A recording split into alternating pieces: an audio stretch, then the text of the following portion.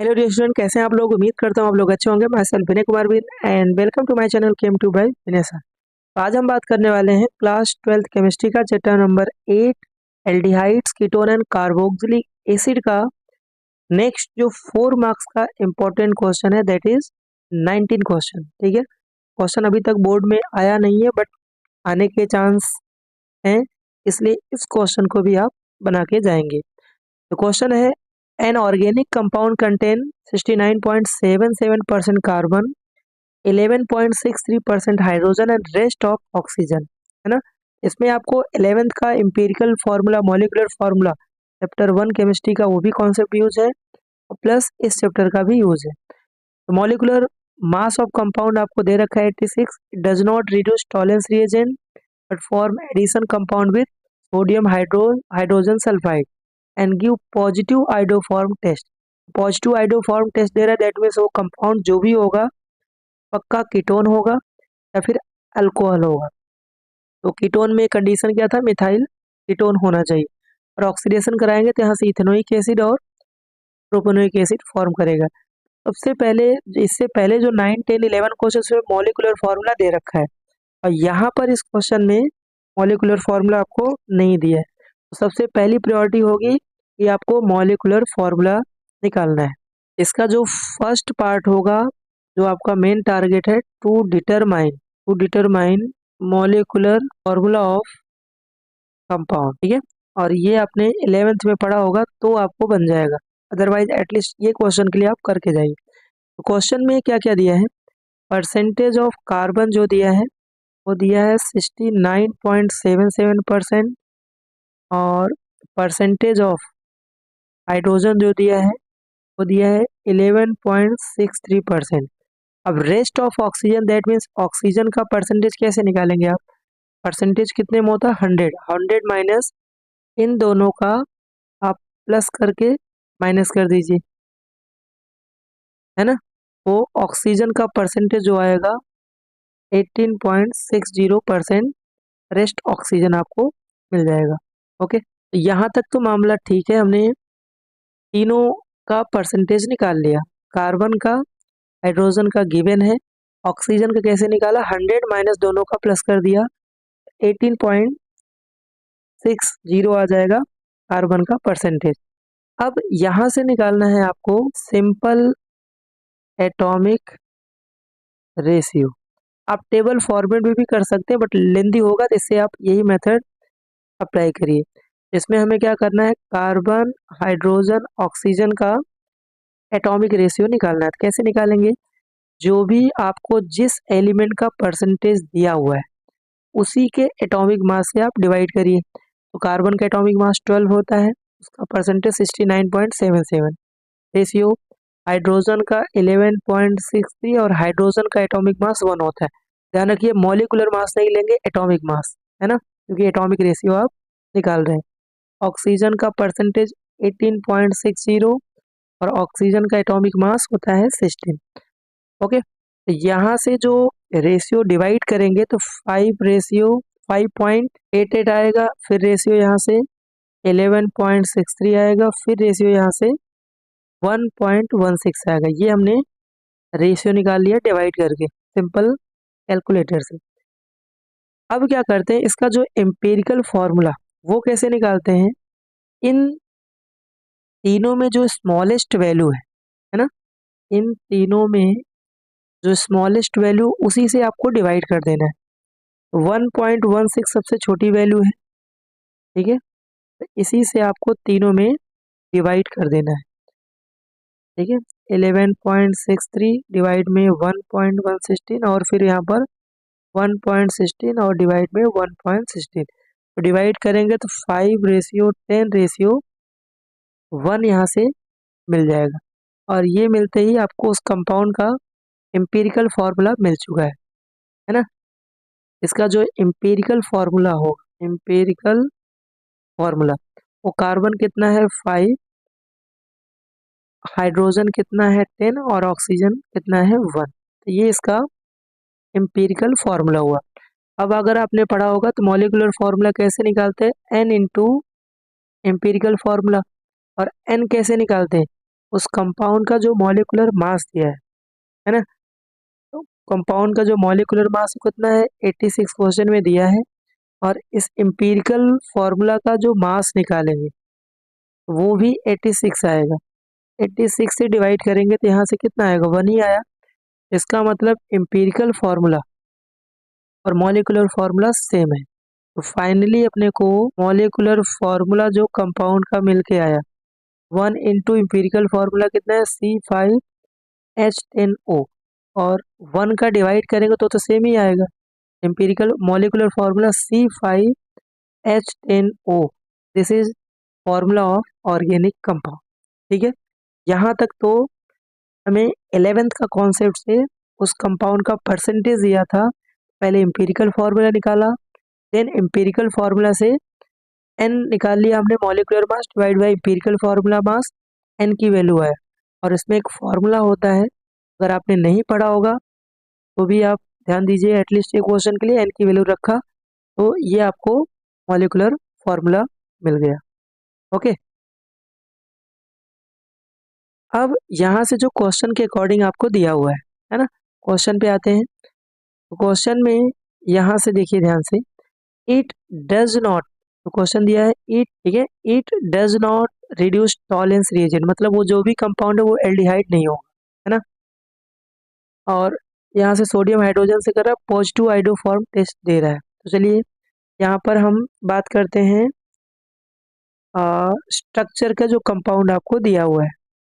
तो molecular formula जो मिल के आया है यहाँ से वो है C5H10O, ये इसका मॉलिक्यूलर फॉर्मूला है। क्वेश्चन में बोल रहा है कि वो टॉलेंस टेस्ट नहीं देगा, टॉलेंस टेस्ट नहीं देगा, आइडोफॉर्म टेस्ट देगा। तो आइडोफॉर्म टेस्ट के लिए उस कंपाउंड में क्या होना चाहिए, मिथाइल कीटोन, यही कंडीशन आपने आइडोफॉर्म में पढ़ा होगा।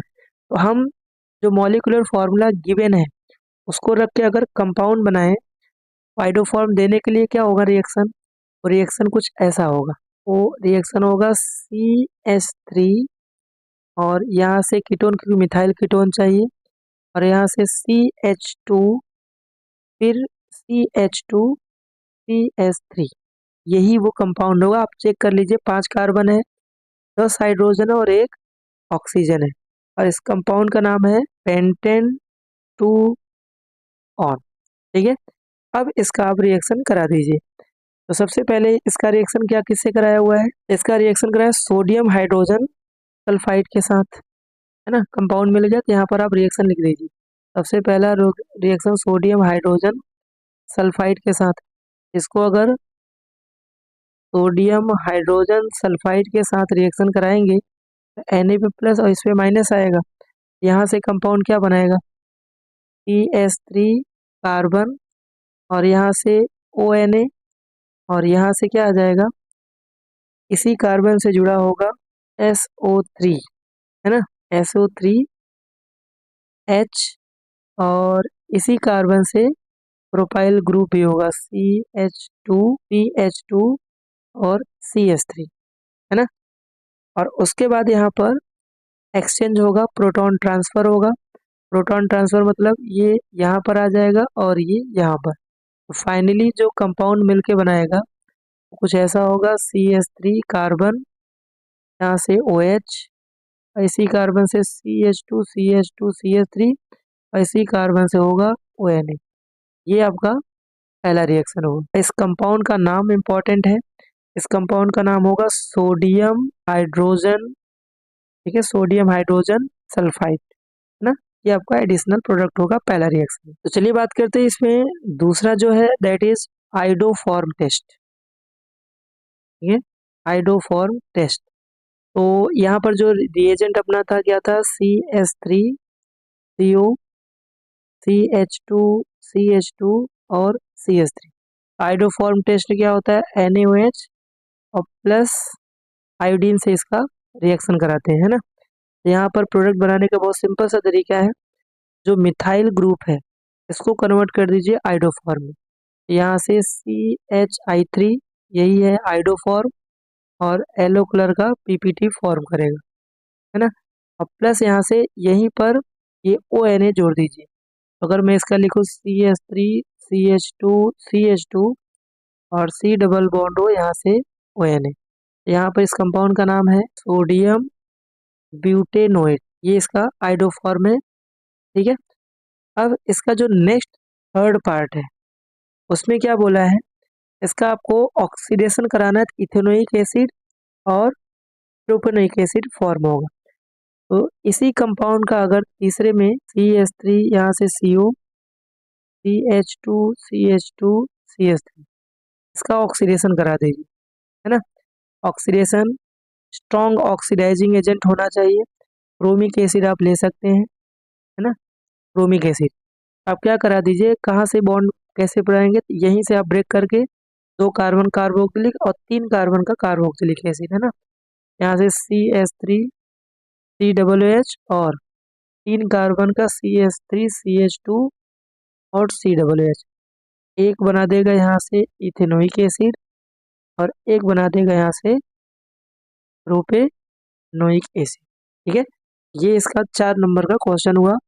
सेम टू सेम फॉर्मेट इस तरह से लिखेंगे तो आपका मार्क्स मिल जाएगा। अदरवाइज रिएक्टेंट एक ही है, इसको आप तीनों रिएक्शन लाइन खींच के बना देंगे तो भी यहाँ से मार्क्स मिल जाएगा। ठीक है, रिएक्शन बहुत इंपॉर्टेंट है, 1-2 बार प्रैक्टिस करके जाएंगे तो डेफिनेटली ये क्वेश्चन आप बना लेंगे। ओके, तो चलिए बात करते हैं aldehyde ketone and carboxylic acid का लास्ट जो एक्सरसाइज क्वेश्चन है। क्या दिया है, although phenoxide ion has more number of resonating structures than carboxylate ion and carboxylic acid is stronger than phenol, है ना।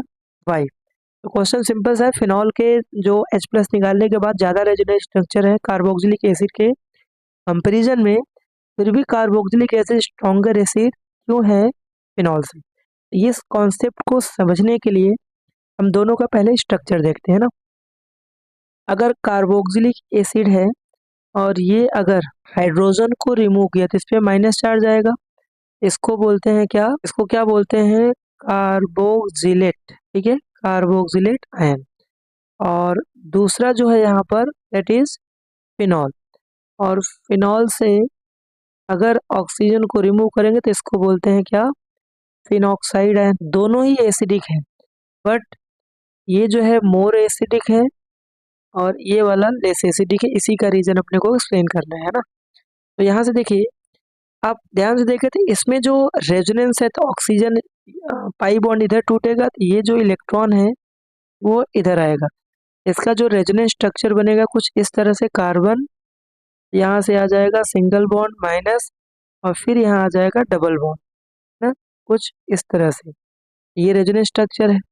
अब इसका रीजन क्या है एसिडिक होने का वो आप देख लीजिए।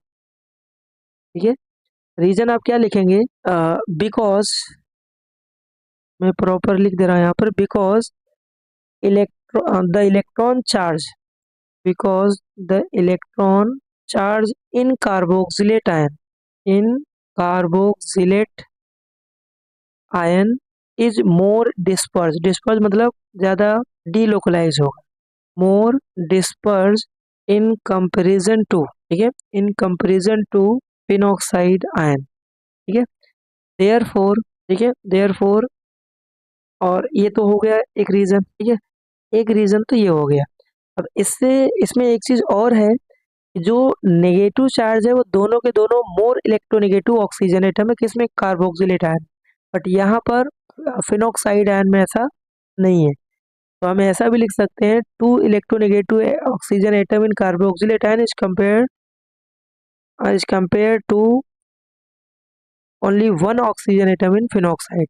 ये भी एक अच्छा सा रीजन एक्सप्लेनेशन आप बोल सकते हैं कि in carboxylate ion, in carboxylate ion 2 electronegative oxygen atom present, but phenoxide ion only 1 oxygen atom. इससे भी क्या होगा, उसकी स्टेबिलिटी पे फर्क आएगा, है ना। अगर नेगेटिव चार्ज ज़्यादा नेगेटिव एटम है तो उसको उसकी स्टेबिलिटी क्या होती है, ज़्यादा होती है इन कंपेरिजन टू अदर। ये आप इसका एक्सप्लेनेशन कर सकते हैं, है ना। इसीलिए कार्बोक्सिलिक एसिड स्ट्रॉन्गर एसिड होता है देन फिनॉल के कंपेरिजन में। ओके, आई होप आपको ये क्वेश्चन क्लियर हो गया होगा, और अगर आप चैनल पर हैं तो चैनल को लाइक से सब्सक्राइब जरूर करें, और मिलते हैं नेक्स्ट वीडियो लेक्चर में नए चैप्टर के साथ।